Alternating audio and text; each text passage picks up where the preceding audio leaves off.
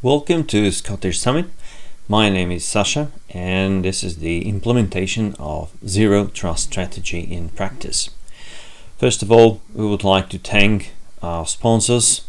Without the help of our sponsors, this wouldn't be possible. ScriptRunner, DQ Global, Proximo 3, Red Spire, Agilysys, and Hitachi Solutions. Thank you once again for being such wonderful sponsors. My name is Sasha, as I said, and I'm a senior and cloud security architect and instructor at Cloud Attack, and I'm also a Microsoft Azure MVP as well as Microsoft Certified Trainer and MCT Regional Lead. I'm the member of the Microsoft Certification Advisory Council and Certified EC Council instructor. Our company is doing architecture, security training, consulting on bespoke and vendor courses on Azure and Microsoft 365 and on security as well. This is the Zero Trust implementation. Let's go and see what it is actually and what are the benefits of Zero Trust philosophy and approach. Evolution of security perimeters is evident if we take a look at what was before and what is now. First of all, as we started off with physical perimeters to protect physical assets using walls, cameras, guards, and as well afterwards, as we network computers together and saw attacks come in, we realized we needed to adapt these concepts to protect computers on a network as well. As we now progress beyond corporate controlled networks and to enterprise that spans the internet, we now need a new type of security perimeter. The common controls now that we have available are all based on identity and access authentication and authorization controls. So let's take a look why we actually have a Zero Trust conversation. The point is to keep assets away from attackers, and there's a little bit more. But IT security is complex. There are many devices, many users, many connections. First, we needed to protect only what was inside four walls.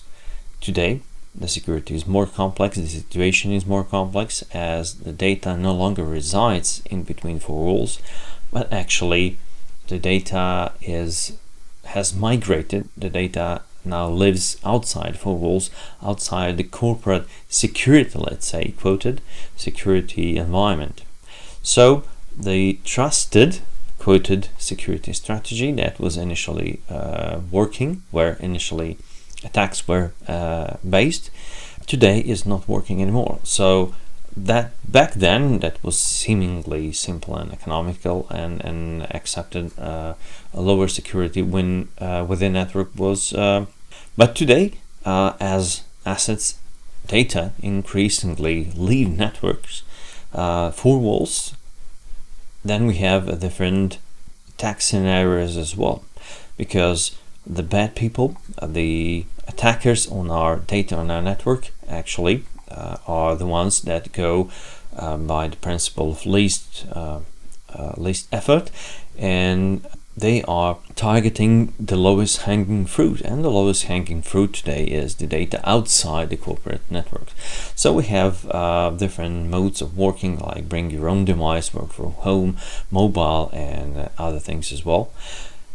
So the bad people also shifted their attacks not to the data as it was a few years ago between four walls, but instead they are shifting their attacks to identities, because we will see and repeat that multiple times. Identity is the new security perimeter.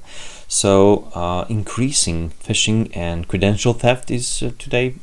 We are aware of increased phishing and credential theft, and also the security teams are pretty much overwhelmed.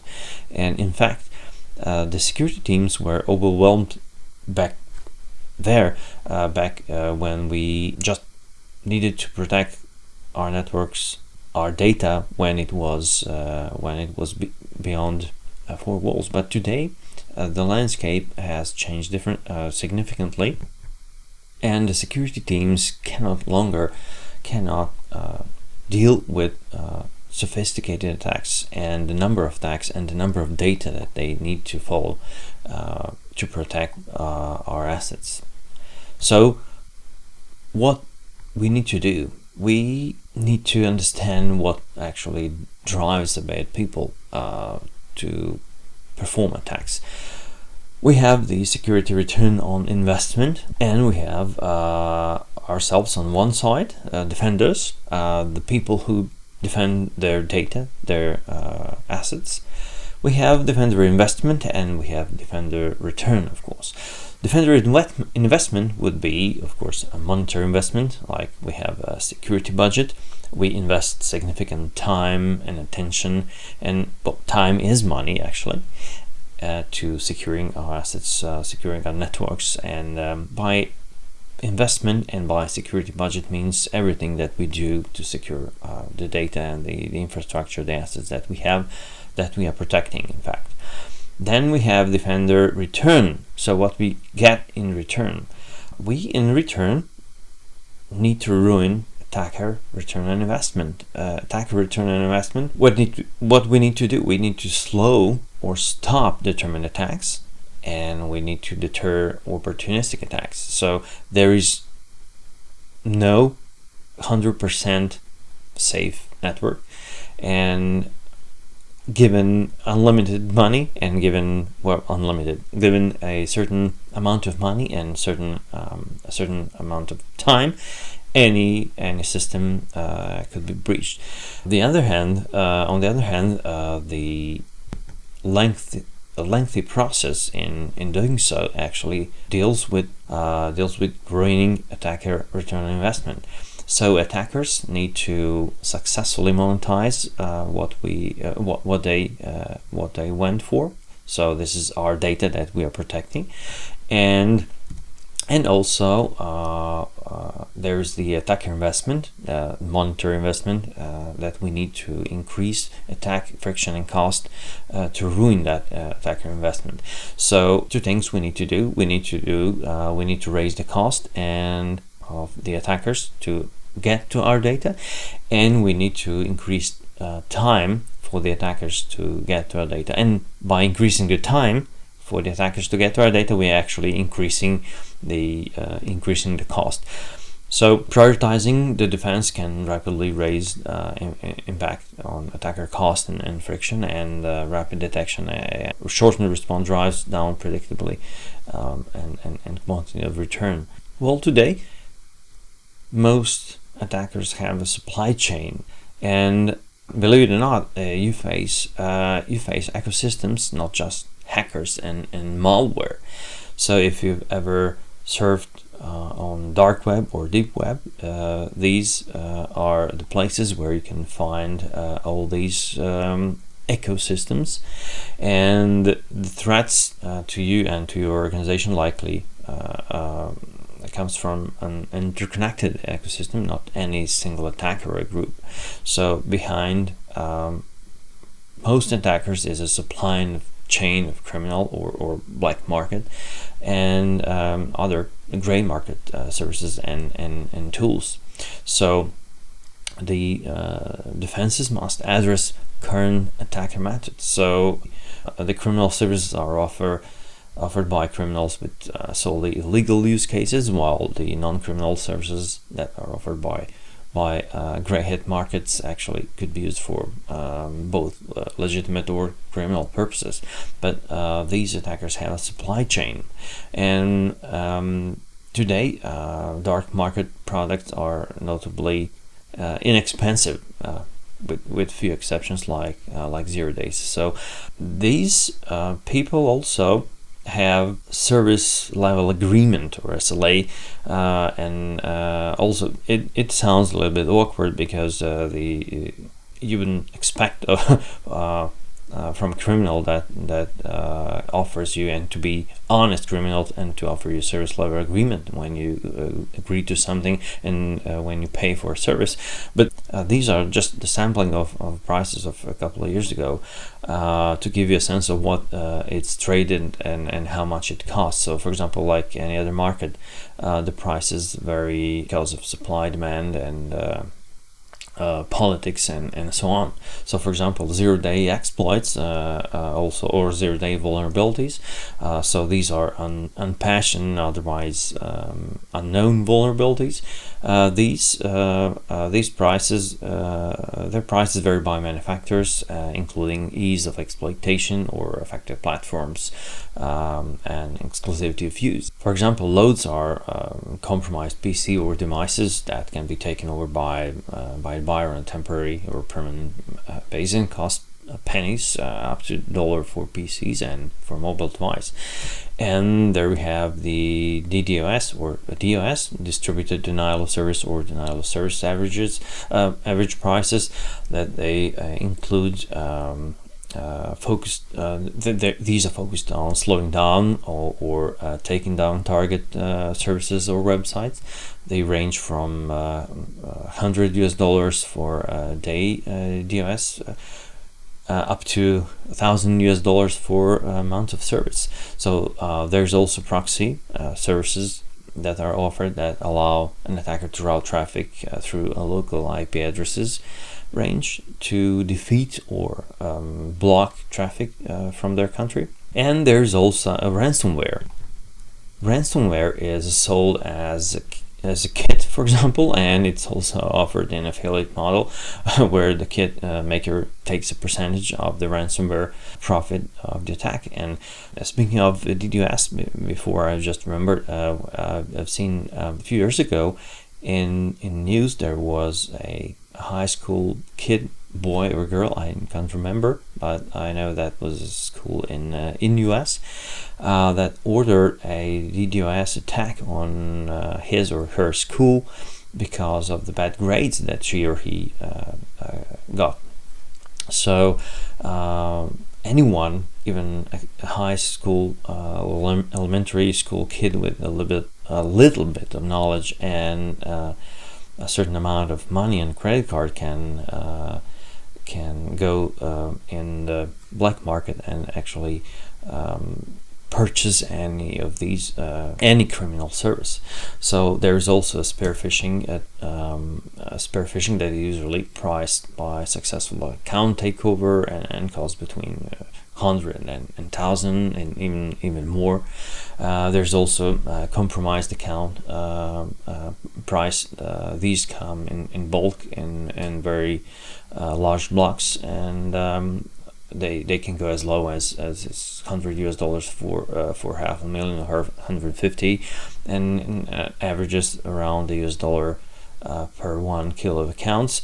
And this is just a glimpse of averages to illustrate that how the market works. So the prices may vary by time, by location, by target, by other factors, but it's very, very important that you don't know a sophisticated PhD cyber criminals or a country behind an attack to do harm. There are certain trends and challenges today, and one of it is that the attackers are using identity to bypass network controls.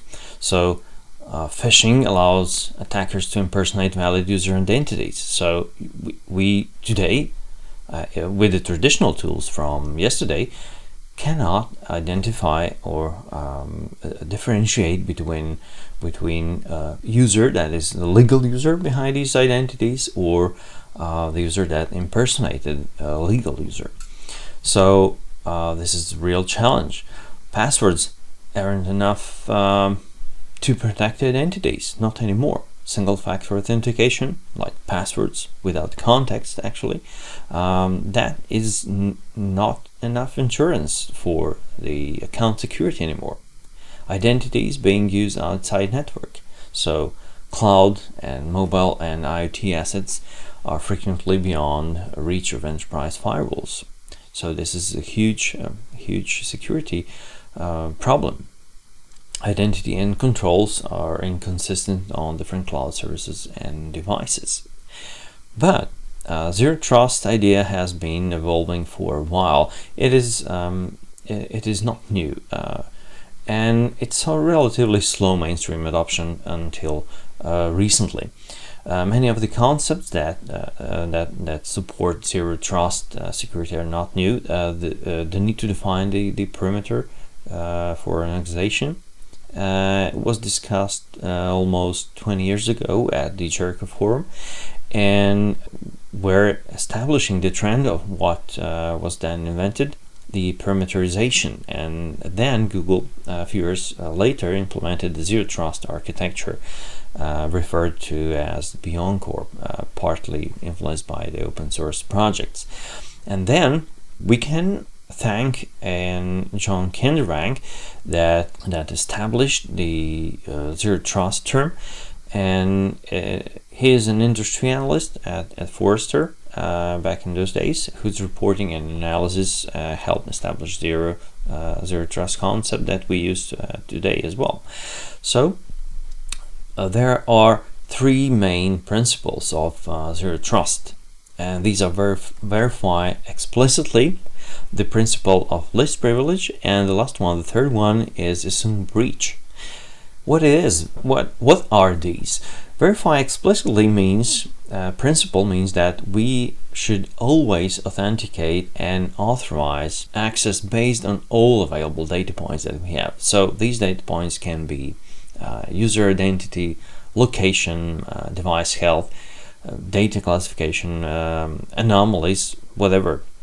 Then we have the principle of least privilege, which is not new, but a lot of companies, a lot of administrators,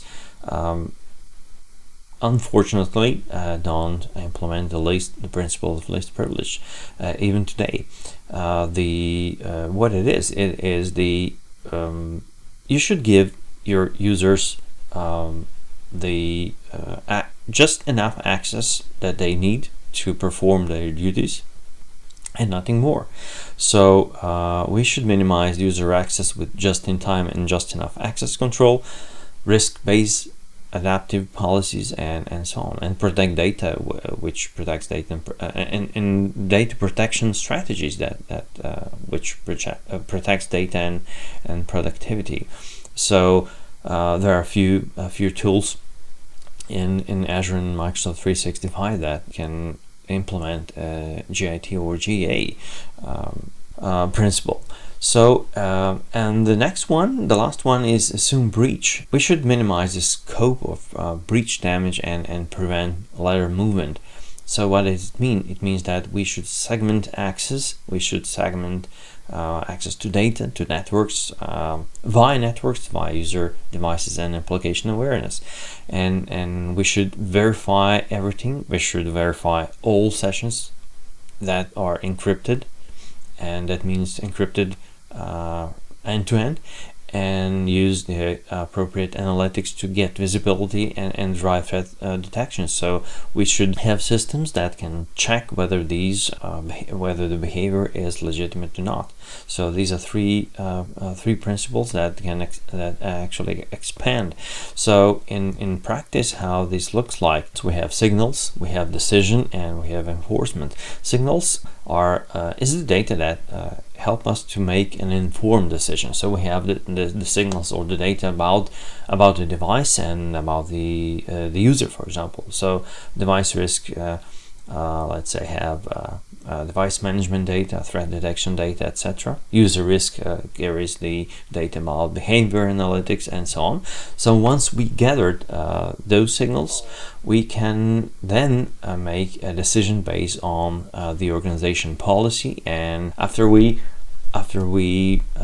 gather the signals, then we have to analyze these signals. So for example, the decision can be to allow access, to increase insurance, to block access, and so on. And these decisions are re-evaluated during session. Then we need to enforce policies across the resources based on the decisions that we make and based on the signals that we gathered. So these could apply to modern applications, all the legacy applications, and more devices, etc., etc. The Microsoft Zero Trust model depicts the modern approach to access. So on one hand, we have user risks. So, for example, that it's the signals that are inspected are signals from multi-factor authentication. Have user performed successful multi-factor authentication? When was the last successful multi-factor authentication challenge performed? The user location is also inspected. Does the login data suggests that the user login data was impossible to generate because it suggests that we're dealing with the impossible travel to subsequent login attempts from geographically very disparate locations.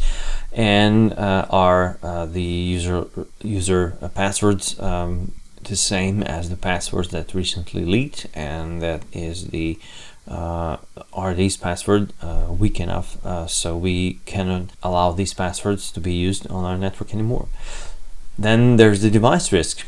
Is the device managed or not managed? Is the device compliant, meaning does it have all required patches, latest security updates? Is it infected with malware? It has been recently, but the full scan hasn't been done, and so on. So these are signals that are gathered to make an informed decision. Afterwards, the decision is based on organization policy. So the policy could say, okay, if the user is requesting access for data and that access is coming from internal network, then user and the multi-factor authentication challenge has been performed successfully in the last 15 days, for example, then the user will be granted access. Otherwise, it will be not. So the access or the enforcement of policy across the resources can be done across the networking, legacy, modern apps, and documents, and so on. So there is one very good product or feature, and that is the conditional access in Azure Active Directory. Based on the data gathered by Intelligent Security Graph, and these are the trillions and trillions signals per day that are gathered. Of course, these signals are the more data we have, the better the algorithms of the machine learning and artificial intelligence are working, and the more accurate results will be. So Microsoft is collecting the user risk, determining the user risk and device risk based on different signals from Cloud App Security, from Azure MFA, Hello from Business, and etc., as well as the other products like Azure AD Identity Protection, and from a device risk. So based on organization policy, the conditional access determines whether to allow a user or not to access all these resources. This is a comparison of the visibility and control you get with classic network perimeters versus a modern identity perimeter based on Azure Active Directory conditional access. A network perimeter is composed of several functions, often combined into the same appliance, that uses data available from the network traffic to make a decision on whether to allow or block a connection. So while this provides security, visibility, and control against some attacks, it has several significant limitations. For example, scope is limited to resources that are only hosted on a controlled network, for example, like such as an intranet, and visibility is limited to what is available on the network, which is often encrypted and frequently lacks important context on application function, for example, on user identity or data sensitivity or any other factors. And then there is the control, which is limited to allow only allow and block, which doesn't allow for managing the user experience and providing self-service corrections, for example, or exception management, and so on. So in contrast, an identity perimeter is aware of the user device and a number of attributes about each, including the user's role, whether they logged on with MFA, or when and where the device was last seen, and the security health of the device, and more. So the conditional access engine uses this information to calculate the relative risk of the operation as high, medium, or low. The actions available include allow and block, as well as allow restricted, require MFA, or forced remediation. So, for example, the users may be allowed to authenticate but only granted limited access, for example, or a user would be granted only online access to a document in SharePoint Online versus being allowed to download. When requiring MFA for authentication attempts with a medium risk, for example, like authentications from an unexpected time or geographical region, conditional access can require additional proof of identity before granting access. And forcing remediation will be done for high-risk scenarios such as known compromised password or computer, or conditional access that can force the issue to be remediated. For example, force the users to change a password that has been leaked, or requiring the vendor to remediate the device. One example here is depicts when a user is logging with a device and attempting to access an internal file, for example, in Office 365 with medium sensitivity. The user provides valid credentials, and the user and device information is being checked out, and so the conditional risk level will be low. But as other factors are considered in the authentication decision, conditional access finds risk factors that would set the risk to medium after it's found that anonymous IP, as the connection is coming over the Tor network, and the device was last seen in an unfamiliar sign in location, and then on high, which Defender ATP has indicated that this device has been compromised, so that's why it's high. Because of this, the conditional access engine blocks the authentication and attempt and forces threat remediation. Passwords are expensive and insecure. According to research, password reuse across multiple accounts, meaning 73% of passwords are duplicates, and passwords are the weak link. 81% of all breaches leverage passwords. 20% of help desk calls are related to password resets, and data breaches are expensive. Passwords, in fact, are the weakest link in a security chain. As per the Verizon data breach report, 81% of breaches leverage stolen or weak passwords. If you only do one thing to help protect yourself, turn on MFA. For security, flexibility, convenience, and cost, recommended solution is Microsoft Authenticator mobile app. For Azure AD Free and Office 365, Oath, SMS, Voice are not included, but Microsoft Authenticator supports push notifications, one-time passcodes, and biometrics for any Azure AD connected app, and it's free to download. You can also use self-service portals for quick registration and password reset, saving your help desk thousands or even more each year. Based on a Microsoft research, multi-factor authentication can reduce the risk of a compromise by 99.9%.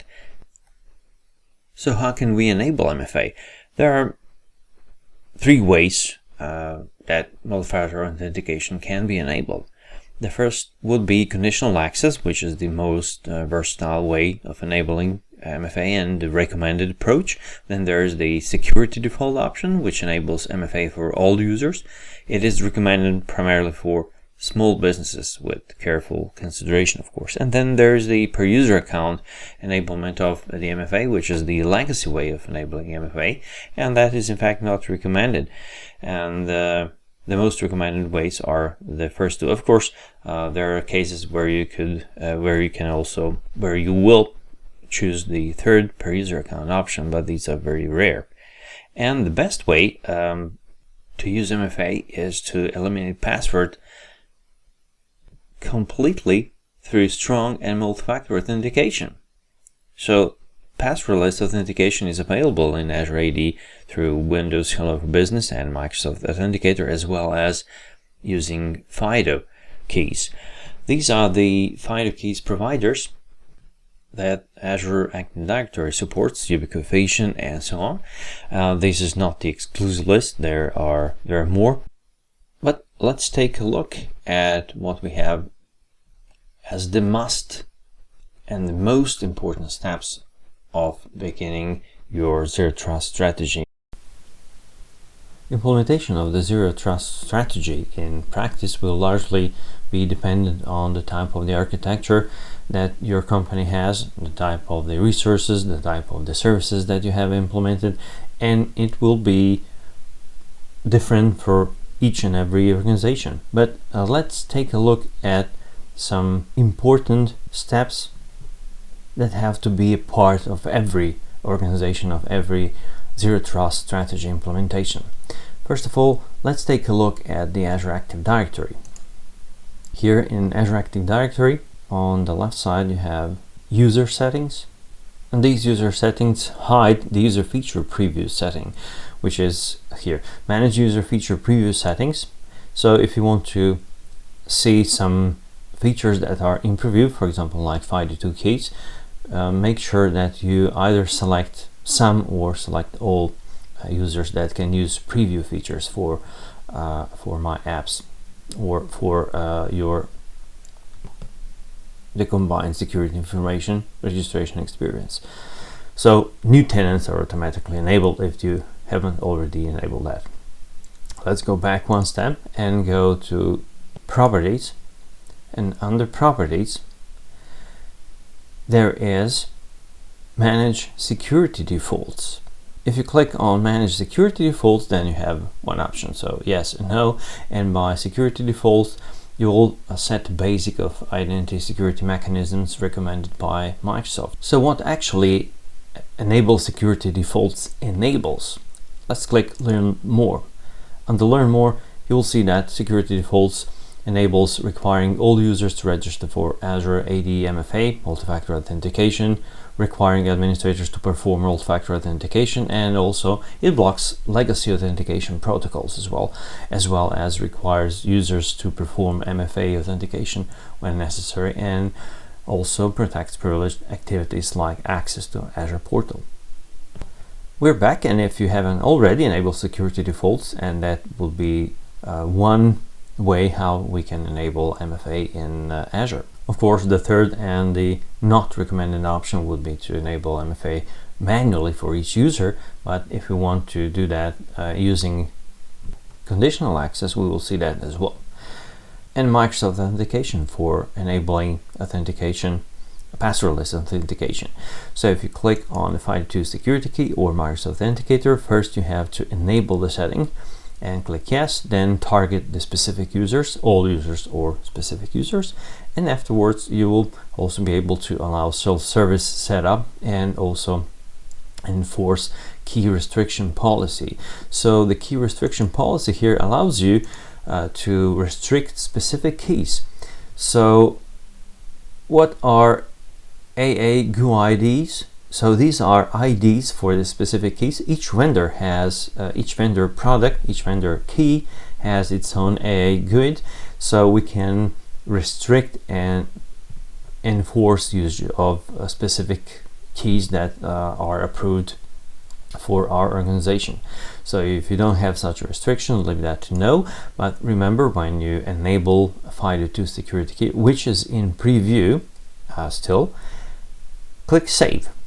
The same thing applies to Microsoft Authenticator. So these are two things that I recommend for using for passwordless authentication, which is more secure than just using MFA, because it adds additional protection. It actually removes the let's say the burden of remembering passwords or entering passwords. So when you don't enter the password, actually it's more secure because the prying eyes cannot see what you're typing and or the number of the characters that your password has, and so on. So you're practically enabling passwordless authentication, which is more secure. After you've done that, And after you enable it, you first of all have to have the Microsoft. You will be able to use the key that you've enrolled. So here you can see the list of the keys enrolled, or Microsoft Authenticator app that is also available. And optional, you can also add a specific another method, which is the phone and email that I wouldn't recommend. There is also one important setting that I need to tell you about, and that is password protection. Here, if you go to password protection, then you have several options in there. Here you can set up custom smart lockout options. So lockout threshold, the number of consecutive fails before the first lockout, then lockout duration in seconds, and also, which is also very, very important, is possibility to enforce custom list. So if you click yes, and then here you can add a list of words, one per one line, and by entering the words here, it will prevent users from using their passwords or using specific keywords that are most frequent, most common for your organization. If you just hover above the eye, you will see that you should include words specific to organizations, such as your products, trademarks, industries, etc., etc. So this is also very important to ban a specific list of passwords that you don't want people to users to use.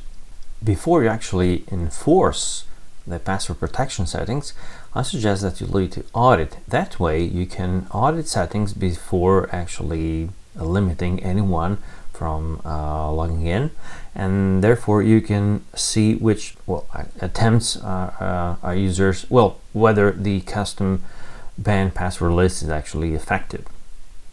First preferred method to enforce multi-factor authentication would be conditional access. Okay, the conditional access is also here at the security settings in Azure Active Directory, and it's on top. So conditional access in here provides several options: policies, insights, and reporting, and also named locations. So named locations, what are these? What is this?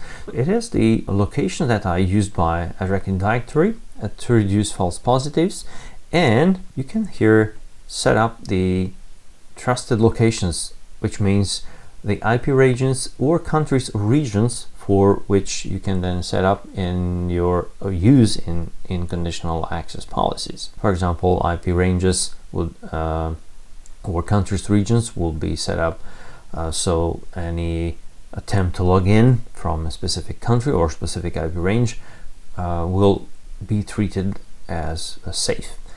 So conditional access policies in fact define the policies that can be used to enable MFA, for example, in this case MFA for admins for Azure Portal, which are in the report only. Let's go and click MFA for admins for Azure Portal. I have created this previously, so this is already created policy, but let's see what's inside. If you were creating a new one, then the name would be empty, and there you have assignments and also access controls. These are two parts, very important one. The first part, assignments, actually it's consistent of users and groups, of cloud apps and actions, of conditions, and then access controls are consistent of grants and sessions. So let's go and click specific users included. Here I've added administrator, obviously, because it's the policy name is MFA for admins for Azure Portal, and I've here selected user and groups, and the specific one user, you can select as many as you want or exclude specific users. Then you have to set up the cloud apps or actions. So here you can also include or exclude specific cloud apps, and I've selected Microsoft Azure Management, which also includes the Azure Portal. And here you have also the possibility to include other options as well, and other cloud applications. So you can control access to cloud applications of any cloud application, for example, like Cloud App Security or Microsoft Planner, and so on and so on. Then you have the conditions here. The conditions are the conditions that control user access based on signals from specific conditions, for example, like user risk or sign-in risk or device platform, location, client apps, and etc. So user risk can be defined or not, high, medium, low. So we don't have any influence on whether it's high, medium, low, because these the level or risk levels are determined by AI. And we have also the sign-in risk as well as device platforms for which this policy will apply to. So device platforms can be any device or this specific device, Android, iOS, and so on. Then if we have configured the locations, and here is actually trusted locations or specific selected locations. If I had any specific locations, it will show up here. So for example, MFA trusted IPs, these are defined in the previously and contain specific IP regions that are marked as safe, and client apps as well. So, and the device state, which is still in preview, but nevertheless we can select that as well. So based on these assignments, we then are able to grant control, and the control will be granted under the specific conditions, and the conditions will here say that the access will be granted only if a successful multi-factor authentication was performed. We can block entirely, or we can require device to be marked as compliant, or require password change depending on the specific conditions that we selected, whether we selected a low, high, or medium. So it totally depends on us. And one important thing is that you have specific options here that deal with policy enablement, and that is on and off. Obviously we know what this is doing, but we have also very attractive setting, that says report only. So I suggest that at first you have you leave it on report only, so you can see how that policy, if it works out for you, and whether you need to tweak the policy additionally. So report only also will save you from locking yourself out if you've inadvertently set up some settings that will prevent you from logging afterwards. The conditional access policy and multi-factor authentication present two most important steps toward the zero trust strategy implementation, and this should be a part of every zero trust strategy implementation for every organization. These are the settings that anyone should have. Two other services or features that any organization should have is Azure Security Center and Azure Sentinel. Each of these would require a separate session or even multiple days to go through, but it is important that you know that these are a crucial part of the zero trust strategy as well. I would like to thank you for your attention, and don't forget to use the hashtag for social media, Scottish Summit 2021, and the presentation will be uploaded online in 2 weeks' time. Thank you and enjoy the rest of the conference.